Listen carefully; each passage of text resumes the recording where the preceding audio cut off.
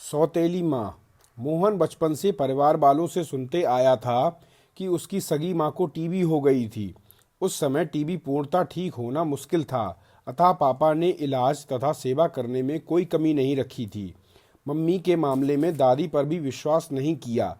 सब काम खुद ही करते, लेकिन वह माँ को बचा नहीं सके। मोहन के तीसरे जन्मदिन पर उसकी मम्मी ने अपनी सहेली को बुलाया और पापा के हाथ में उसका हाथ थमाकर सदा के लिए गहरी नींद में सो गई। फिर कई महीने पापा खामोश रहे, बस जैसे वो बच्चों के लिए ही जिंदा थे। आखिर उनकी दशा देखकर दादी ने मम्मी की सहेली से शादी करवा दी। मोहन को अपनी माँ की शक्ल तक याद नहीं थी, लेकिन उसकी नई मम्मी उसे इतना प्यार करती थी कि वो उनके बगैर एक पल भी नहीं रह सकता था। बाहरी अनजान लोग ऐसा प्यार माँ के बेटे में देखकर अंदाजा नहीं लगा सकते थे कि वह मोहन की सौतेली माँ है। उनके परिवार वाले कहते कि मीरा, एक बच्चा अपनी कोख से भी पैदा करना चाहिए, बुढ़ापे में कोई नहीं पूछेगा। अपने जाव पर भी लोग भरोसा नहीं करते। तुम तो इन बच्चों के पीछे पागल हो। और वह कहती, दुनिया में सुखी जीवन के लिए एक बेटा और एक बेटी होनी चाहिए। भगवान ने मुझे पहले से ही दे दी हैं, फिर बिना वजह पलटन बढ़ाने का क्या फायदा। मोहन अब 21 साल से ऊपर हो चुका था। एक रोज पापा को ब्रेन हेमरेज से मृत्यु हो गई।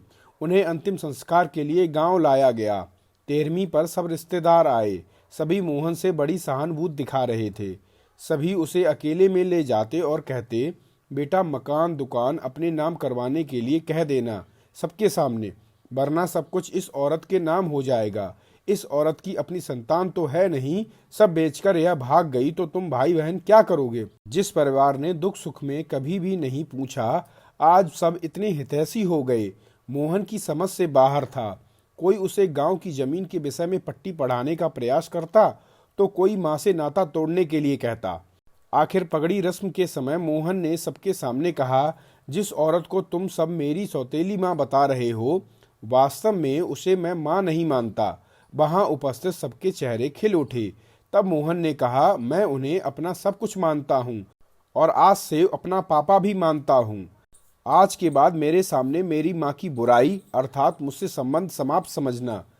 500 से अधिक आदमियों के बीच मोहन ने जब माँ को गले से लगाया और माँ ने उसके कंधों पर सिर टिका दिया तो सबकी आंखें नम हो गईं। कहानी अगर पसंद आई हो तो चैनल को लाइक और सब्सक्राइब करना ना भूलें और साथ ही साथ कमेंट करके हमें ज़रूर बताएं कि आपको कहानी कैसी लगी। धन्यवाद।